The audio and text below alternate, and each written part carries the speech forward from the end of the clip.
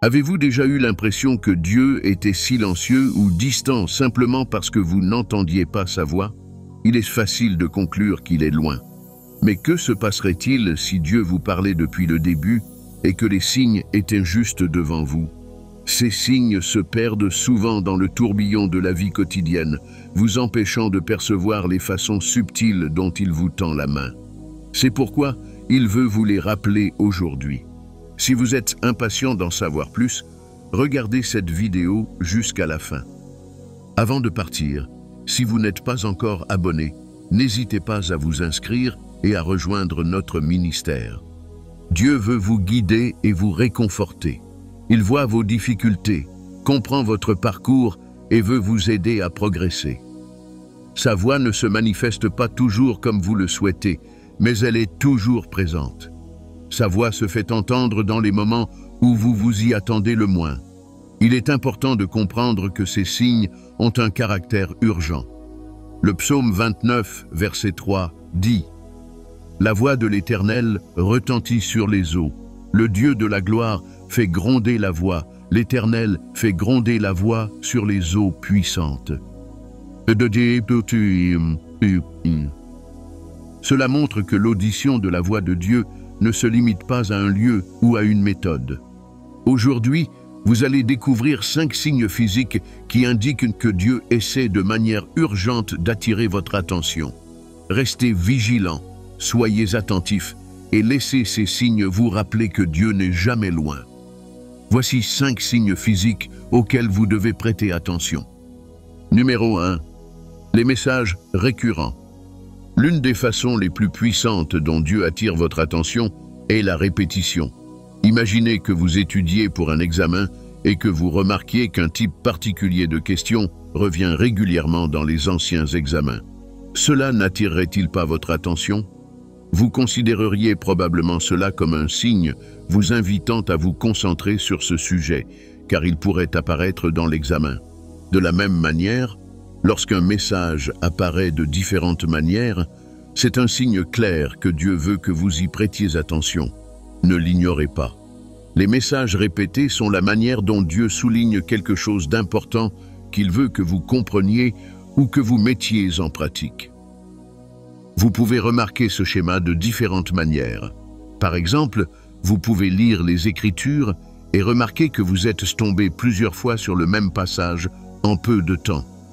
Vous l'avez peut-être lu pendant votre étude personnelle de la Bible, puis il est réapparu lors d'un sermon à l'église ou dans un livre de dévotion que vous avez pris au hasard. Ce n'est pas une coïncidence. Il n'y a pas de coïncidence pour les croyants. C'est la façon dont Dieu s'exprime. Il essaie d'ancrer fermement une idée ou un message dans votre cœur. Mais cela ne s'arrête pas là. Vous pourriez également entendre le même sujet ou thème abordé dans des conversations sans rapport entre elles. Imaginez que vous discutez avec un ami spirituellement mûr et qu'il aborde exactement le sujet qui vous préoccupe. Puis, en parcourant les réseaux sociaux ou en regardant une émission de télévision, vous entendez quelqu'un d'autre discuter de la même chose. L'alignement de ces messages montre qu'il ne s'agit pas d'une coïncidence, c'est divin. Il n'y a pas d'explication logique à cela. Seul Dieu peut orchestrer un tel alignement. Dieu peut également répéter un message à travers votre expérience à l'église. Vous est-il déjà arrivé d'aller à l'église et d'avoir l'impression que le sermon s'adressait à vous? Il peut aborder un sujet auquel vous réfléchissez ou répondre directement à une question que vous vous posez dans vos prières. Lorsque cela se produit à plusieurs reprises, il est clair que Dieu attire votre attention sur quelque chose de précis. Alors, pourquoi Dieu se répète-t-il? La réponse réside dans sa miséricorde. C'est sa miséricorde qui le pousse à envoyer ces messages à plusieurs reprises. S'il ne les envoyait qu'une seule fois, vous les auriez probablement manqués. Dieu vous aime et attend patiemment que vous compreniez le message qu'il essaie de vous transmettre. Il sait que vous pouvez parfois être distrait, submergé ou incertain quant à sa volonté. En répétant un message, il s'assure que vous ne manquez pas ce qu'il dit. Cependant, il est essentiel de ne pas ignorer ces messages répétés. Plus tôt vous recevez le message, mieux c'est pour vous. La plupart du temps, le résultat d'une obéissance rapide est pour votre bien.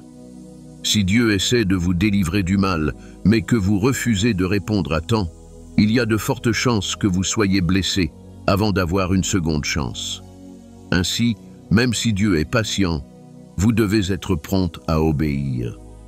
L'histoire du rêve de Pharaon montre que Dieu parle par répétition. Dans le premier rêve, il a vu 7 vaches grasses et en bonne santé et 7 vaches maigres et malades. Les vaches maigres ont mangé les vaches grasses, mais sont restées aussi maigres. Dans le deuxième rêve, il a vu 7 épis de blé pleins et dodus sur une tige, suivis de 7 épis maigres et brûlés. Les épis maigres ont englouti les épis dodus. Il était troublé, et lorsque Joseph interpréta les rêves, il en expliqua la signification. Les 7 vaches saines et les épis bien remplis représentaient 7 années de grande abondance en Égypte, tandis que les 7 vaches maigres et les épis brûlés symbolisaient les 7 années de famine qui allaient suivre. La famine serait si intense que les années d'abondance seraient oubliées. Dans Genèse 41, verset 32, Joseph expliqua la raison de cette répétition. Il dit: « La raison pour laquelle ce rêve a été donné au Pharaon sous 2 formes est que la chose a été décidée par Dieu, et Dieu la fera bientôt. » La répétition ne visait pas seulement à confirmer que cela allait certainement se produire, mais aussi à exhorter Pharaon à prendre le message au sérieux.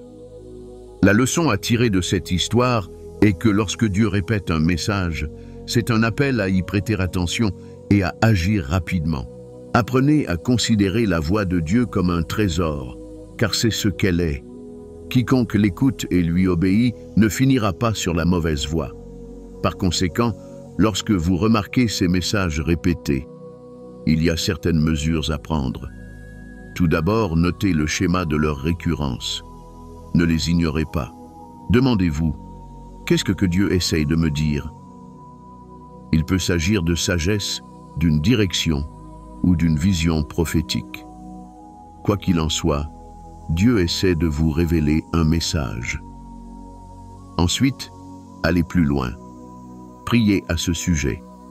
Demandez-lui de vous éclairer et de vous guider. Une fois que vous y voyez plus clair, assurez-vous d'agir en conséquence. Numéro 2. La présence d'épreuves. Les épreuves difficiles sont des moments clés où Dieu s'adresse à nous.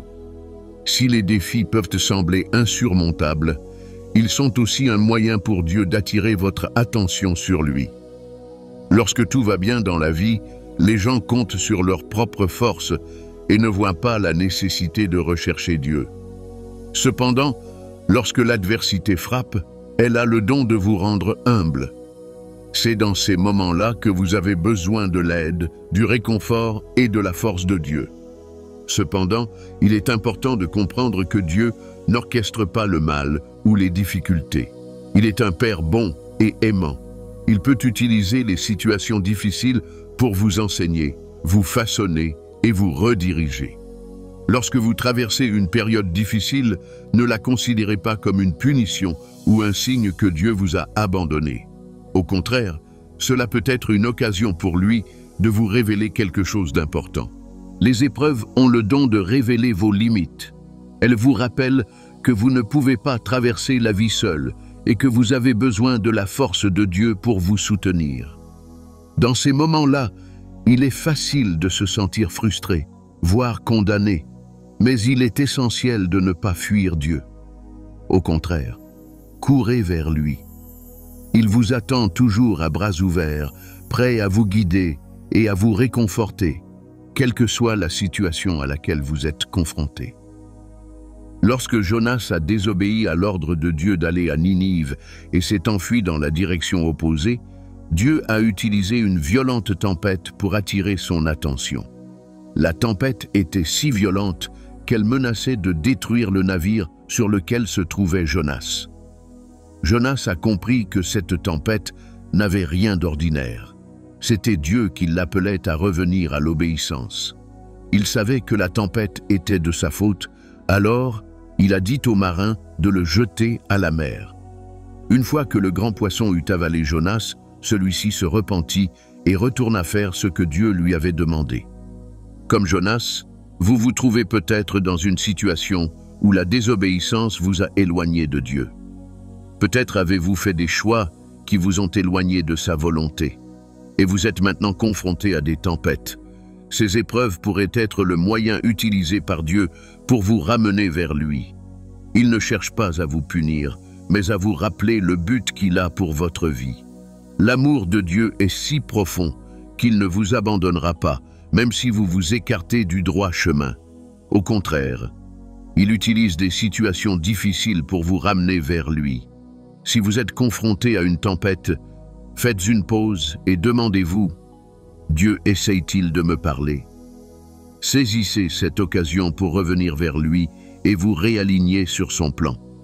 Il existe plusieurs façons de réagir lorsque vous traversez une épreuve. Tout d'abord, faites une pause et cherchez Dieu. Considérez les difficultés comme une invitation à vous recentrer sur votre Créateur.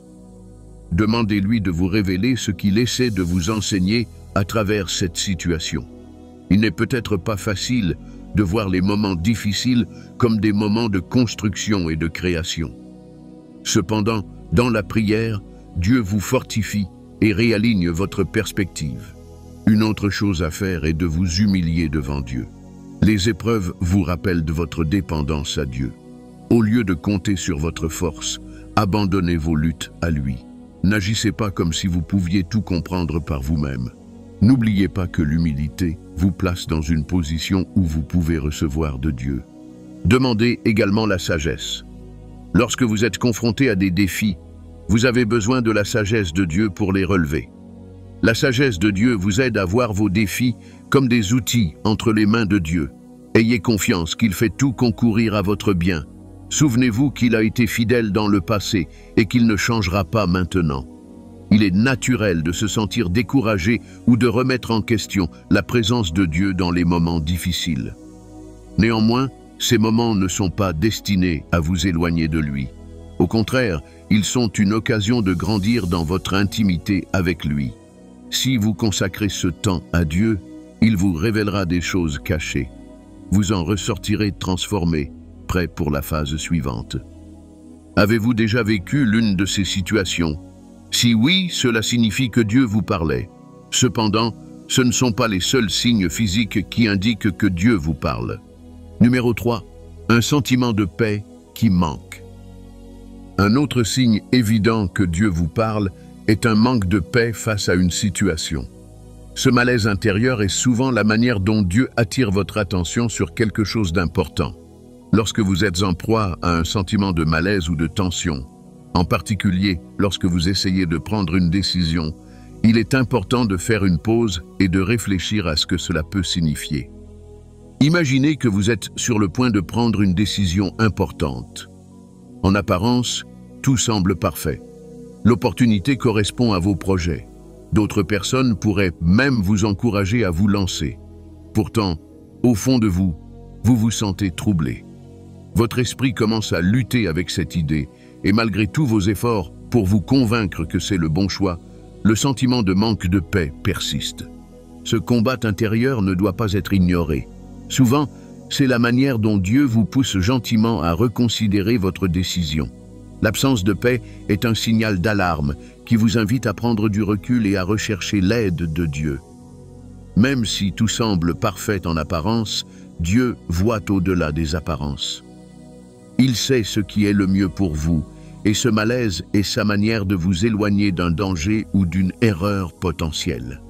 Il est important de se rappeler que le manque de paix n'est pas la même chose que la peur ou l'anxiété. La peur vient souvent de l'incertitude ou d'un manque de confiance en Dieu. Cependant, le manque de paix est un indicateur spirituel que quelque chose ne va pas. C'est pourquoi il est essentiel de discerner la différence. Lorsque vous vous sentez mal à l'aise, ne rejetez pas immédiatement cette sensation comme une peur infondée. Demandez-vous plutôt ce qui cause ce malaise. Est-ce le Saint-Esprit qui vous met en garde ou sont-ce vos doutes et vos insécurités? La Bible parle de la paix de Dieu comme d'un guide pour votre vie. Philippiens 4, versets 6 à 7 dit « Ne vous inquiétez de rien, mais en toutes circonstances par la prière et la supplication, avec des actions de grâce, présentez vos requêtes à Dieu. Et la paix de Dieu, qui surpasse toute intelligence, gardera vos cœurs et vos pensées en Jésus-Christ. » Ce passage dit que si vous priez lorsque vous êtes anxieux, la paix de Dieu gardera votre cœur. Néanmoins, si vous ressentez toujours ce malaise après avoir prié, c'est un signe clair que Dieu attire votre attention. La paix de Dieu est comme une boussole qui vous guide dans vos décisions de vie. Si cette boussole semble défectueuse, il est temps de faire une pause et de chercher la direction de Dieu. Parfois, vous avez peut-être fait quelque chose de mal, et ce malaise est Dieu qui vous appelle à vous repentir. Regardez l'histoire de David. Dans 2 Samuel 24, il y a un exemple puissant qui montre comment l'absence de paix peut être un avertissement divin et un appel à la repentance. David a ordonné à Joab et à ses commandants de compter les hommes de guerre d'Israël et de Juda, mais il agissait en dehors de la volonté de Dieu. Une fois le recensement terminé, la conscience de David était profondément troublée. 2 Samuel 24, verset 10 dit « David eut un remords dans son cœur, après avoir fait le dénombrement des hommes, et il dit à l'Éternel, « J'ai péché en faisant cela. Maintenant, Éternel, je t'en prie, ôte l'iniquité de ton serviteur, car j'ai fait une chose mauvaise. »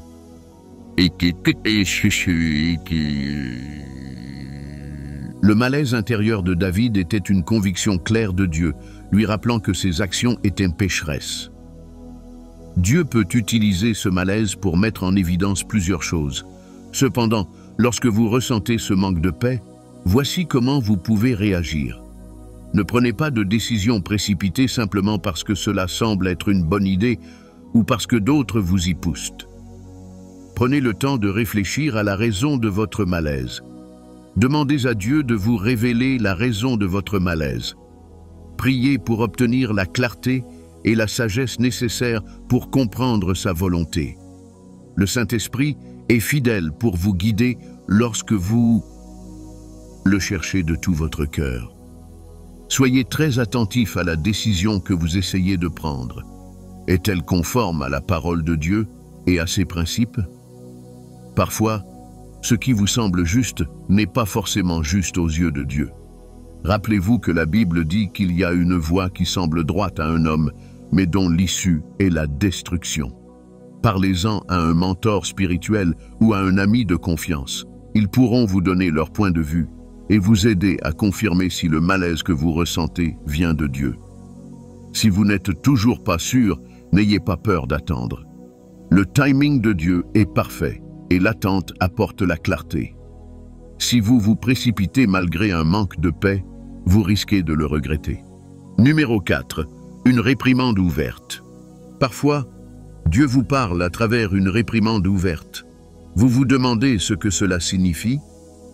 Cela peut venir d'un ami, d'un mentor ou même d'un inconnu qui vous fait remarquer quelque chose que vous ne faites pas correctement.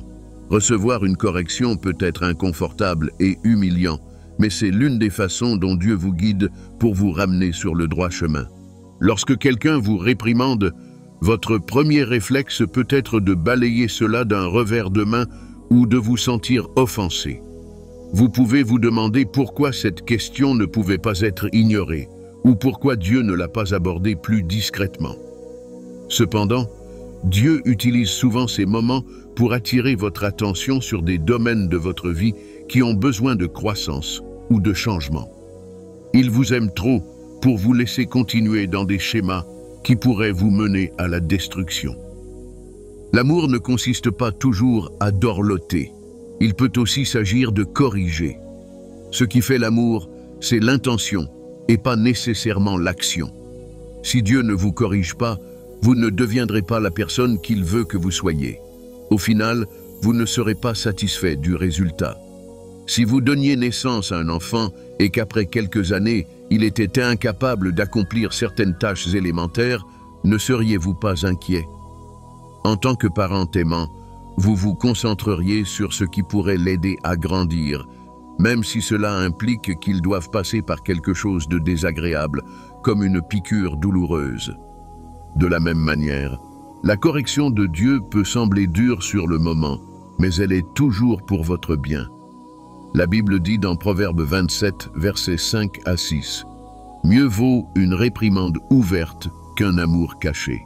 Les blessures d'un ami sont fidèles, les baisers d'un ennemi sont profus. » Cela montre que la correction est un signe d'attention et de sollicitude sincère. Lorsque Dieu permet à quelqu'un de vous réprimander, ce n'est pas pour vous humilier ou vous condamner, mais pour vous aider à grandir. Il désire affiner votre caractère et empêcher vos défauts d'affecter votre avenir.